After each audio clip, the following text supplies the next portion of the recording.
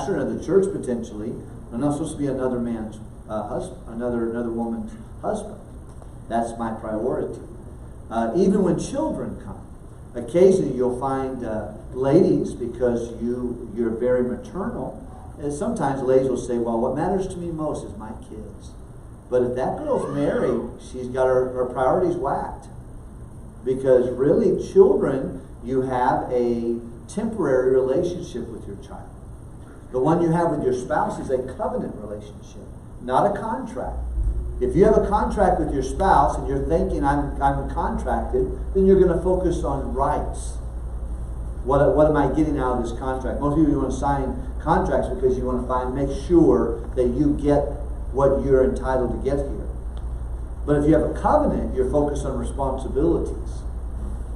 Now, children are a blessing. They're a normal outgrowth of the love that God gives a man and his wife. I want to pray for those who cannot have children as of yet, are still waiting for that to come. But children are a distant third. When I get married, God's number one, my spouse is number two, and everyone else is a distant third, including the children. You know, we have 9 children, and we've given some of them away in marriage. And the truth of the matter is, we have a temporary relationship with them. One day, they're going to make a covenant relationship with someone else. But Linda and I have a covenant relationship. That's the permanent one. The only permanent relationship that God gave us outside of his relationship is the one we have with marriage. And so making that a priority is a challenge. Because sometimes hobbies, work, family, perspectives, children can come between a man and his wife. And there has to be a conscious choice. God's number one, my wife is number two. And especially for the husband, it's very important, especially early on. Those of you who've been married for just a short time, I think it's very important that you learn to distance. And it helps even us as father-in-laws. I did not know how challenging it would be to be a father-in-law. And that was a little bit challenging for me. I've even taught about it. I remember hearing years ago a guy named Adrian Rogers said this, as in-laws, you want to keep your hands off. Don't try to get inside the lives of your married kids. Keep your mouth shut. And that's not easy to do, but keep your mouth shut. Keep your prayers on. And keep your heart open. But boy, that's easy to say. It's hard to live out sometimes. Whenever you're dealing with adult children that they've been in your house the whole time, and now you've got to change your role. But you want to support the fact that they have a new home. And they have a covenant relationship. And you want them to do the best they can for them. And try to keep your hands off and your mouth closed and your prayers on and your heart open to what God is doing in their lives. Even with children, I just think it's, once again, I've said this enough time, but I just want to remind you, it is the stability of our marriage and our relationship that determines the stability and security of our children. Trying to parent insecure kids is a challenge.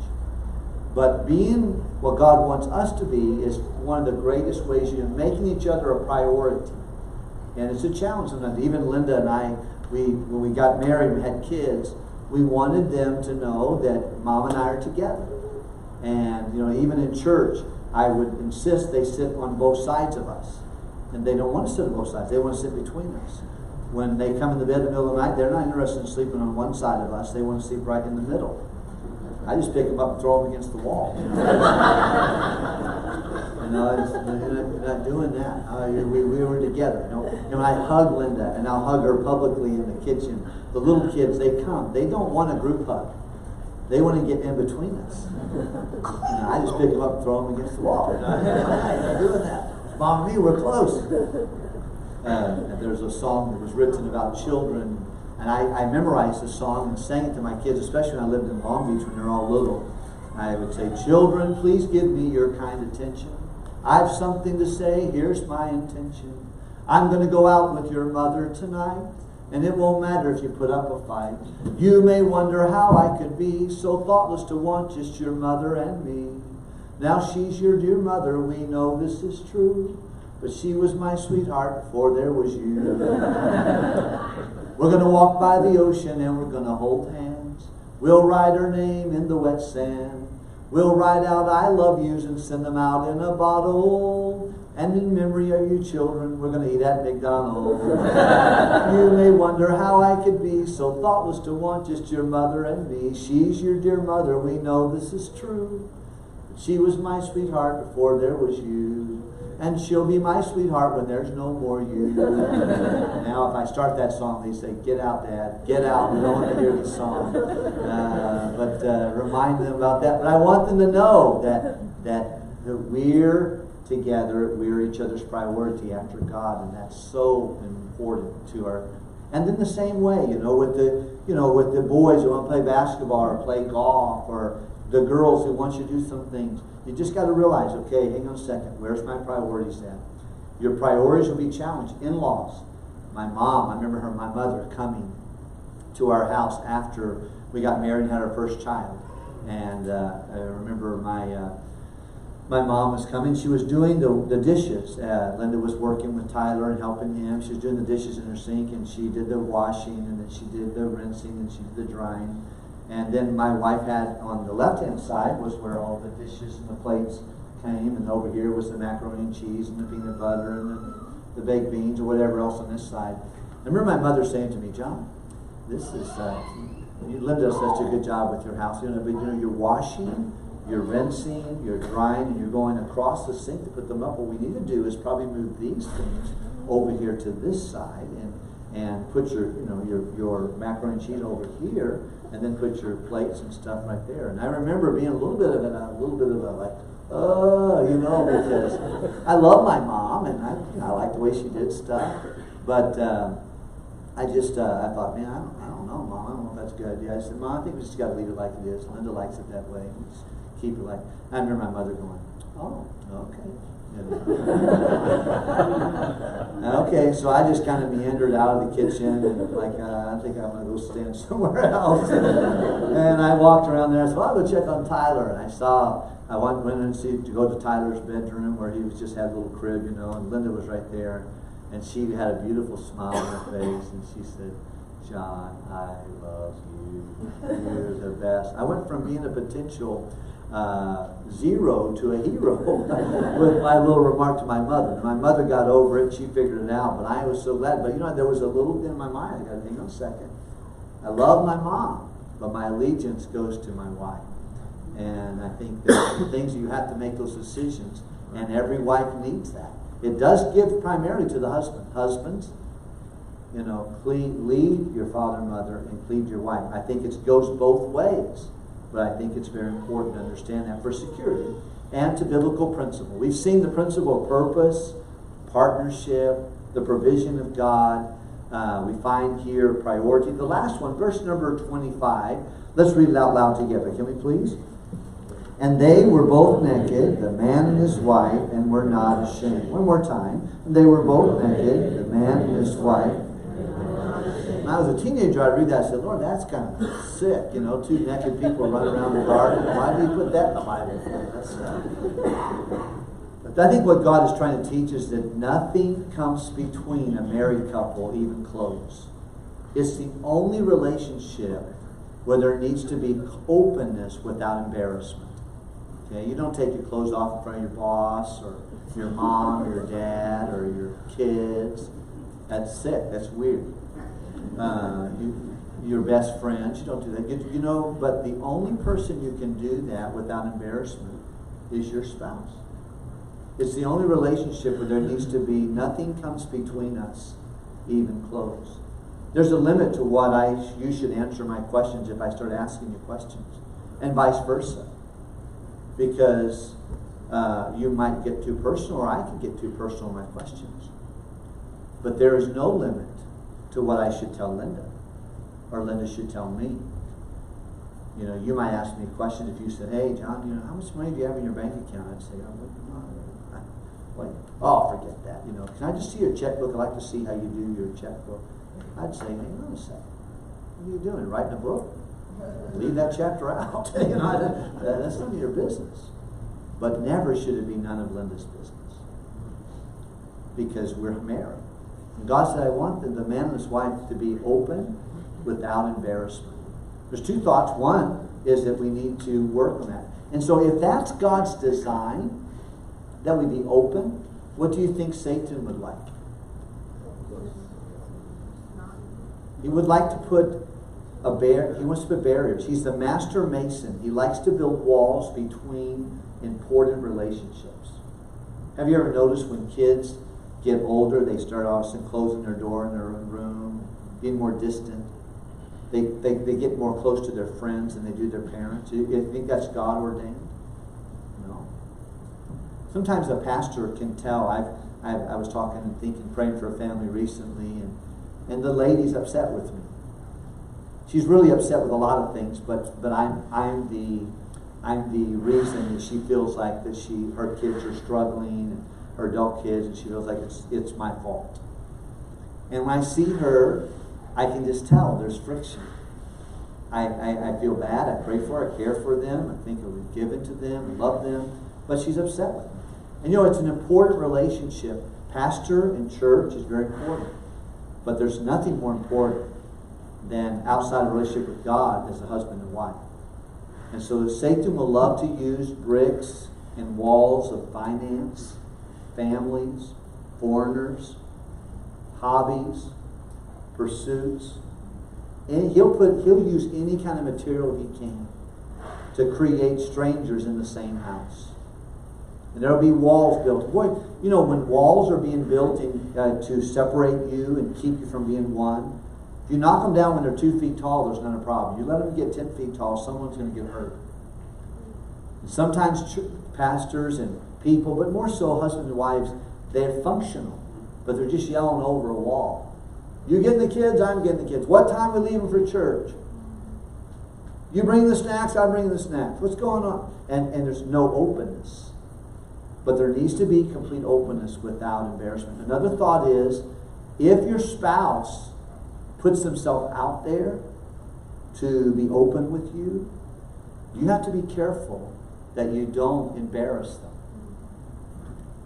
Because it's like if your spouse takes off the proverbial clothes, emotional clothes, and you shut them down, they don't want to do that again.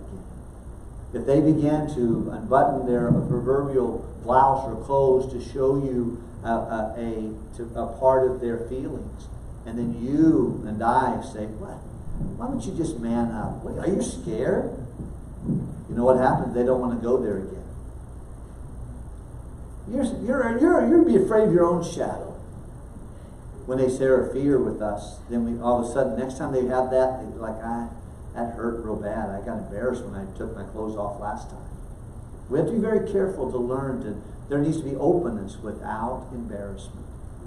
And the only person in the world you want to protect that is the one that you're married to, especially.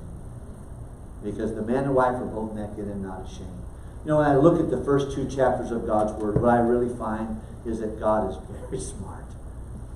God laid down principles early on that I think when we listen to these things and see what God says, He knows how we're wired. And He knows how to help us. But we have to understand the foundational principles. And the next time we meet, we'll talk a little bit about Genesis chapter 3. I would encourage you, maybe take time to read it. Find some principles in Genesis chapter 3 that may be helpful for us in marriage, and the next session we'll go together. Thank you for joining us today. Pastor and Brother Case allowed us to bring some books. There's very few things I hate more than selling books. But I don't care for them, and I like packing them with me. But sometimes there are things that can be very helpful to us. And I'm in the process of writing a little bit of a book on marriage, but don't have that. But we do have a few resources that may be helpful to you. When I found out that you have a couple churches here, I thought I'd make these available. I'm just going to tell you about them real quickly. I do not profit from any of these things, but I do feel like we can profit if people learn some things about that. I have just a few of these. I have 10 of these, but this is called Answers. And my friend named Keith Piper, he pastors the Liberty Baptist Church in Sydney, Australia. And he's an Aussie, and he is so smart. And he just likes to find answers to hard questions and situations to help people. He's always thinking. He's a great soul winner. He's led hundreds of Muslims to Christ from Iran who have come to Australia. And he's a very sweet friend. And I got one of his books one time, and I went ahead and purchased some extra ones just to give to people or to share with people or make them available. And so I have a few more copies left, and I'll let you look at this, but everything from how to what are the proofs of God, proofs of Bible, deity verses in the scriptures, salvation by grace, how to deal with some of the hard verses on eternal security that oftentimes people will bring up, how to witness to a Muslim, how to witness to a Jehovah's Witness, what are some fallacies of that, 38 questions to ask a Calvinist, talk about Calvinism, numbers of things that may be helpful there. And then the last part of it, there's about 140 of his sermon outlines that are there, and just thoughts that are very provocative and helpful to me. And it was helpful to me, so I've got them. These are $20. If you'd like those, you're welcome to do that. A couple other things. I had a good dad, and my dad was not raised in a Christian home, but when he passed away, he has 6 children. I'm the oldest. My name is John. I have 3 brothers, Matthew, Mark, and Luke. And we all had the joy to be pastors of church. I have 2 sisters, Acts and Romans. I'm just joking. Their names are Jana and Mary. One's a missionary, one's a Christian school teacher. But my dad had a rough way of doing things. But at the end of the day, he turned his attention on his kids. And people would ask him, how do you get your kids to serve the Lord? You know, what do you do? What did you do? And he would say, I got a loudmouth dad and a real godly mother. That's what they had. And a lot of grace from God.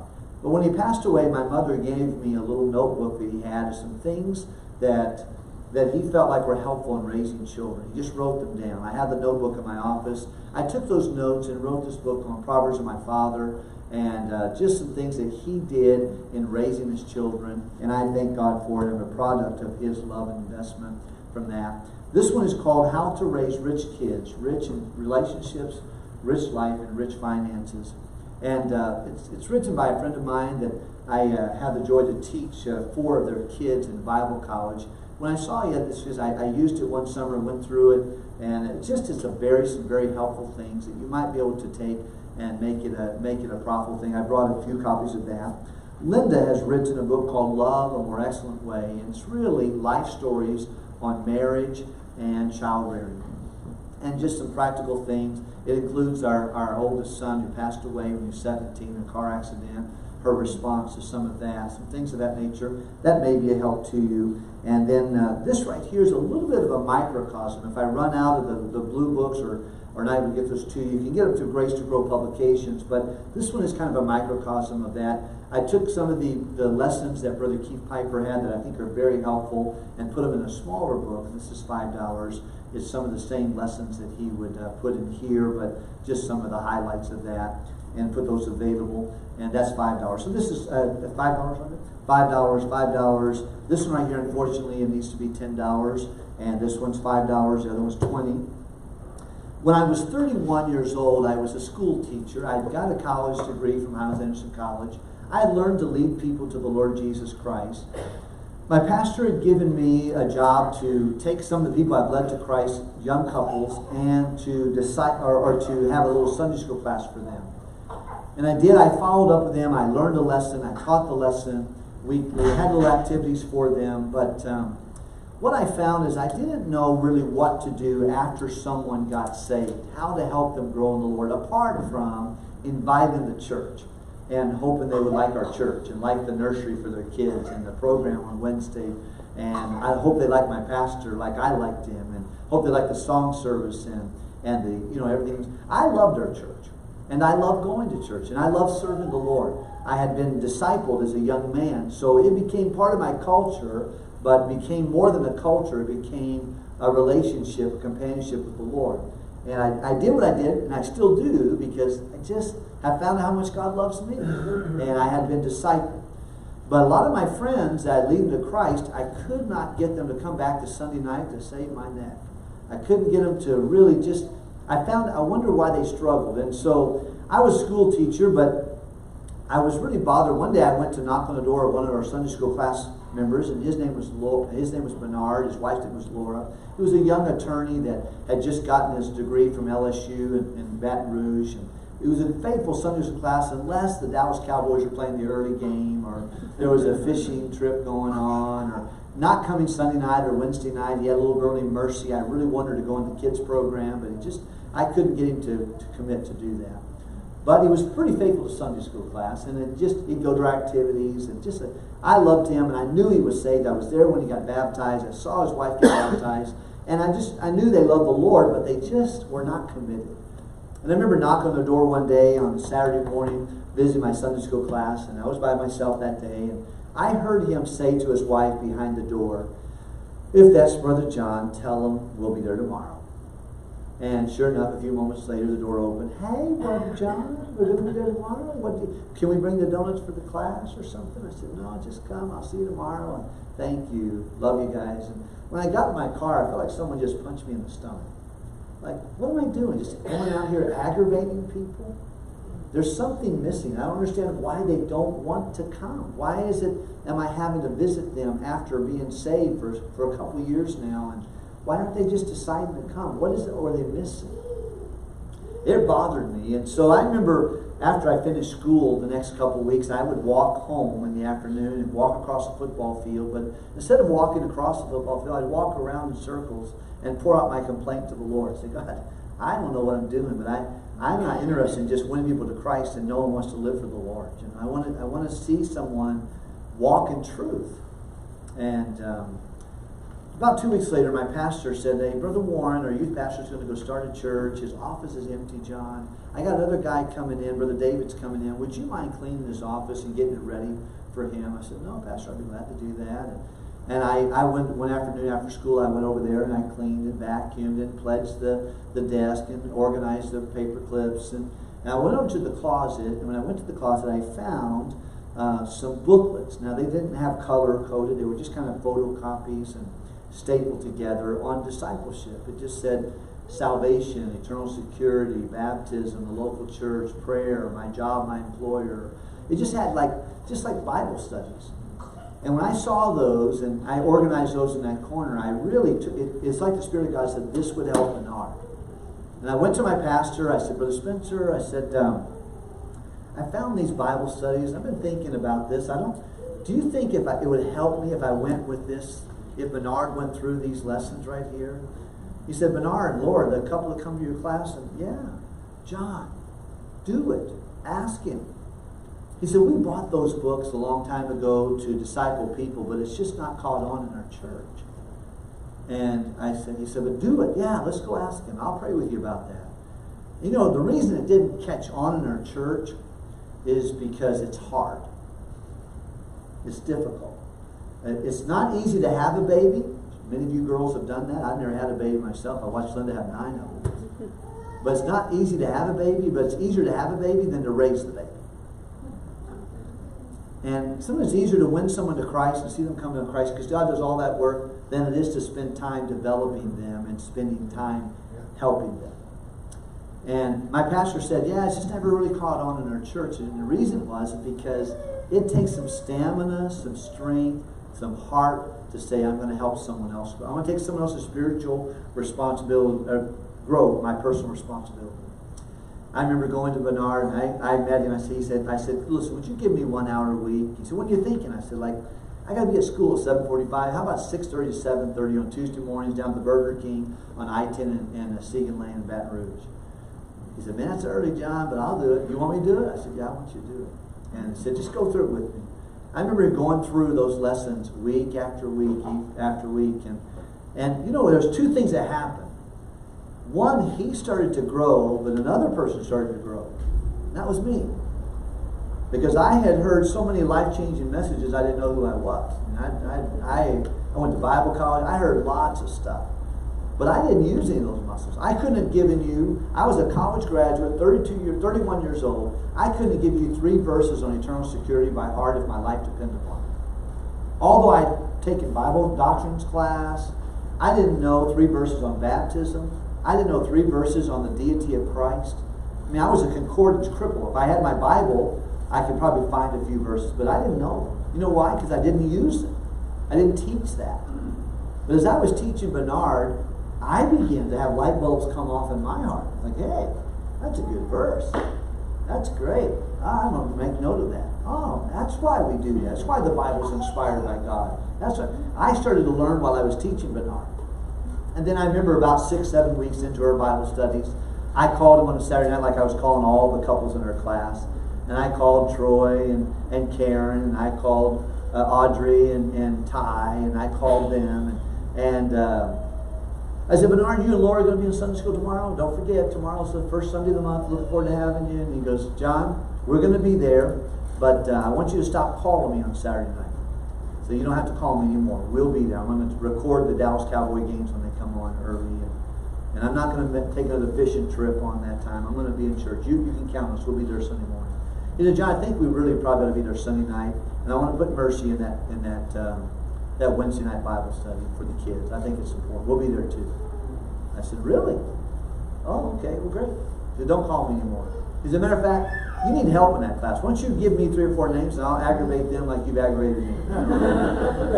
And I'll help you. I want to help you in that class. You know, today Bernard has raised a godly family. He is a Sunday school teacher. He calls people every Saturday. And he teaches the adult class at a Sunday school class. And he forever thanks me for taking time to teach him the Bible, take him soul winning, go visiting with him, go see someone in the hospital. Not just a book. It's not a book. It's not a program. It's really one Christian sharing the life of Christ with a Christian. So when I went to First Baptist Church of Hammond, and after, I was 31, when I was 32, I was asked, I discipled 3 men, Bernard Hampton and Barry and Golio and Eddie Henson. They all got saved and they all got discipled. I went through these lessons and tried to spend time with them. And then the Lord made me a pastor. When I became a pastor, I started seeing people get saved, and I couldn't get anyone else excited about it, but Linda and I started discipling them. She discipled ladies, I discipled the men. Every week, we had 168 hours of our week. I found I could probably take a few of those hours, at least one of them, and disciple somebody. Spend an hour with them, and have a cup of coffee, talk about their life, go through a Bible lesson. And I found that I began to grow, and they began to grow, and they became great servants of Christ. And we talked about, sometimes it's not about the lesson, sometimes it's about their marriage. Sometimes not about the lesson, it's something the pastor said on Sunday that they don't understand. Sometimes about the lesson is about tithing or giving or winning their family to the Lord. We began going through that, and the Lord really began to help us. And when I was a pastor for 13 years, we had 760 people get saved, baptized, and go through discipleship. And those people became the strongest people in our church. And then about 700 in Spanish there in the inner city of Long Beach, and different people. And I came to First Baptist Hammond, and we wrote these booklets, and they're done in 3 lessons. In the back of any of them, there's a little lesson on level 1, which is 4 lessons, basic, and then level 2. They're on the website. You can see a little bit of information about that. Hopefully it'll be a blessing to you. But I just brought a few sets. They're $15 a set. If you don't want the whole set, but you like one of the lessons, we can take one of the sets and break it up. They're $1 each or $15 for the set. If you wanted those, it may be helpful to you just to consider. And every week Linda and I usually disciple somebody. And it's fun to watch them grow in the Lord. The books just kind of get us together and give us an outline of what we're going to study. But real discipleship is individual, one-on-one, one Christian sharing the life of Christ and the Christian. Pastor, thank you. Let me give that to you. Let's pray together. Can we please? Father, speak to our hearts. Help us. Thank you, Lord, as we spend the afternoon and get a bite to eat and come back this afternoon and enjoy the evening. Thank you for the way that Pastor has designed the retreat to give us such time with our spouse. Thank you that you speak to us, and I pray you would help us as we love you and try to please you as a husband and a wife in cohort with your wonderful